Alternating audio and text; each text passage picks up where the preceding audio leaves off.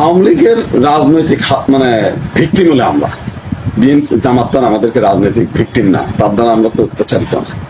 যদিও এটা নিয়ে রিউমার, সেই রিউমারটা হচ্ছে তাদের সঙ্গে বিরোধ হচ্ছে ক্ষমতা দখলের আওয়ামী লীগ, আমাদের সঙ্গে তো তাদের কোনো বিরোধ না। এবং জামাত আজ পর্যন্ত জামাতের নামে যুদ্ধাপরাধ দমক টমক এগুলোর নানান কিছু হয়, সেটা তো তাদের পলিটিক্যাল, আমাদের তো না। আমাদের সম্পত্তি এনিমি প্রপার্টি করে তো জামাত দখল করেনি।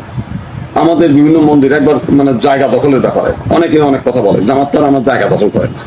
তো সব দিক দিয়ে আমরা মনে করি যে জামাত ক্ষমতা আসলে কি হবে সেটা হচ্ছে পরের ব্যাপার, কিন্তু বর্তমান সময় থেকে আমরা অতীত পর্যন্ত যা দেখছি জামাত দ্বারা তো আর আমরা নির্যাতনের শিকার হই নাই। এবং এই দিন আমির বলতেছে, আমির সাহেব যেটা বলছেন যে আমার দলের নেতা কর্মী বা আমার দলের নাম ভাঙায় যদি কোনো জায়গায় কোনো হিন্দুর বাড়িতে চাঁদা দাবি করে, মন্দির ভাঙে, প্রতিমা ভাঙে, কিংবা হুমকি ধামকি দেয়, কিংবা চাঁদা দাবি করে, কোনো কথা না, আপনি তাদেরকে ধরবেন, হাতে নাতে ধরে আমাদের হাতে দেবেন। ওই সরকারি পুলিশ বিচার কি হলো কি হলো না তাকে প্রকাশ্যে আমরা কি বিচার করি আপনারা দেখবেন আর কি। তাহলে এত বড় একটা সিওরিটি আপনি তো দেয়নি আমাদের কথা। ছাত্রলীগ তো কোনোদিন মন্দির পাহারা দেয়নি, আওয়ামী লীগ তো আমাদের কোনো মন্দিরে যে একটি রাত যাপন করে নেই।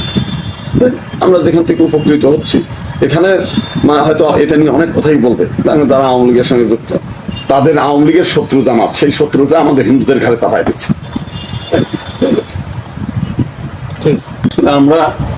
আমি নিজে ব্যক্তিগতভাবে একটু ধর্ম বিশ্বাস করি। আমি মনে করি অন্যায়কারীকে যে কথা বলে যে সৃষ্টিকর্তা ছাড় দেয় কিন্তু ছেড়ে দেয় না, আমি জানতাম যে এদের পরিণতি এমন পরিণত হবে। এই বিষয়ে ভারতের এক গোয়েন্দা কর্মকর্তা এখন থেকে 6 মাস আগে আমি তাকে বলছিলাম যে দেখেন, আমি যেটা আন্দোলন করি সেটা আমার জাস্ট কমিউনিটির জন্য। আমি রাষ্ট্র ক্ষমতায় কোনোদিন মন্ত্রীও হবো না, চেয়ারম্যান হবো না, এমপিও হবো না, কিছুই না। আমি চাই আমার কমিউনিটি যেন বেঁচে থাকে, তাদের উপর অকারণে আপনি রাজা রাজা যুদ্ধ হয়, উলো খড়ের পরান যায়। আপনি আওয়ামী লীগ, আপনি বিএনপি, আপনি জাতীয় পার্টি, আপনি জামাত নিজেরা যুদ্ধ করেন। ভাই আমার ঘরের ভোট দিয়ে আপনি যেতে চান কেন? আমার ঘরের ভোট দিয়ে আপনি লাথি মেরে আমার মন্দির আগুন পুড়ায় চান কেন? এই জিনিসটা একটু শেখ হাসিনার সতর্ক করেন। তা নাহলে শেখ হাসিনা আপনার আফগানিস্তানে যে ঘটনা ঘটছে, এই ঘটনাটা ঘটলো বলে আমি মেসেজ করে দিয়েছি, মেসেজ আমার কাছে এখনো আছে। সে আমার সঙ্গে ঝগড়া করে, আপনি আফগানিস্তানের সঙ্গে তুলনা করছেন, আপনি জানেন কি আছে শেখ হাসিনা আমাদের প্রিয় মানুষ, আমরা যা বলবো তাই হবে, তার দেখার দায়িত্ব আমাদের, আমরা কি ঘোড়ার ঘাস কাটি, অমক করি তমক করি। আমি বললাম শোনেন, আপনারা কি করেন না করেন এটা আপনার সঙ্গে তর্ক করবো না। আফগানিস্তানের থেকে আমেরিকা আরো 3 মাস আগে পালাই গেছে, জ্বলে গেছে আভাস পেয়ে। আর আপনারা যেদিন তালেবান দখল করলো, এই দিন আপনারা সেই বিমানের হ্যান্ডেল ধরে দেখেন সব পালাচ্ছে কেন রে ভাই? আগের দিন আপনার বড়রা জানতে পারে না?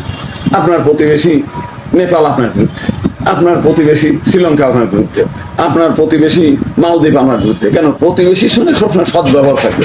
আজকে বাংলাদেশের মধ্যে এই অবস্থা, কেন এইগুলো করেন কেন?